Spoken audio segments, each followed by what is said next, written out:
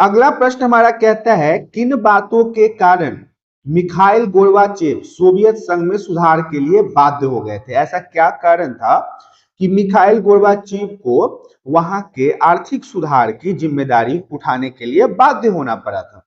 पहला कारण जो है वो कह रहा है सोवियत संघ में धीरे धीरे नौकरशाही का प्रभाव बढ़ता गया और पूरी व्यवस्था नौकरशाही के शिकंजे में फंसती चली गई। इसके कारण सोवियत प्रणाली जो थी सत्तावादी होती चली गई और लोगों का जीवन कठिन होता गया।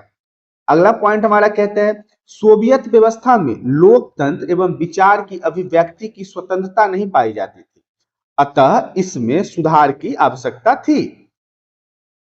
अगला पॉइंट हमारा कहता है सोवियत संघ में एक दल साम्यवादी दल का प्रभुत्व था। सबसे ज्यादा जोरों पर यही दल हुआ करता था। यह दल किसी के प्रति उत्तरदायी नहीं था। सोवियत संघ में 15 गणराज्य शामिल थे, परंतु प्रत्येक विश्व में रूस का प्रभुत्व ही ज्यादा था। रूस को सबसे ज्यादा आंका जाता था तथा रूस ही सभी प्रकार का निर्णय भी लेता था। इससे बाकी गणराज्य स्वयं को अपमानित अनुभव करते थे।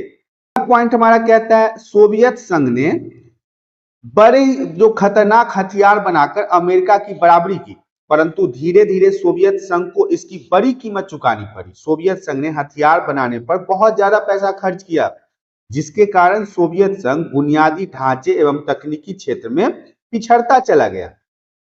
अगला पॉइंट है हमारा सोवियत संघ राजनीतिक एवं आर्थिक तौर से पिछड़ गया था, जिसके कारण वह अपने नागरिकों की सहायता नहीं कर पा रहा था, जिसके कारण सोवियत संघ का विघटन हो गया, खत्म हो गया। 1979 में अफगानिस्तान में सैनिक हस्तक्षेप के कारण सोवियत संघ की अर्थव्यवस्था और भी कमजोर हो गई थी। मैंने इतिहास के चैप्टर में जब नोट्स बताया था तो उसमें बताया था कि 1979 में अफगानिस्तान में रूस जो है वो अपना सैनिक भेज दिया था और ये उसका सबसे बड़ा भूल था। इसी कारण से जितने भी गल्फ कंट्रीज थे, जितने भी इस्लामिक कंट्रीज थे, वो रूस के खिलाफ हो गए थे। सोवियत संघ में निर्यात कम होता गया और आयात बढ़ता गया। वो चीजों को कम दूसरे देश में बेचते थे और खुद खरीदने पर निर्भर हो गए थे।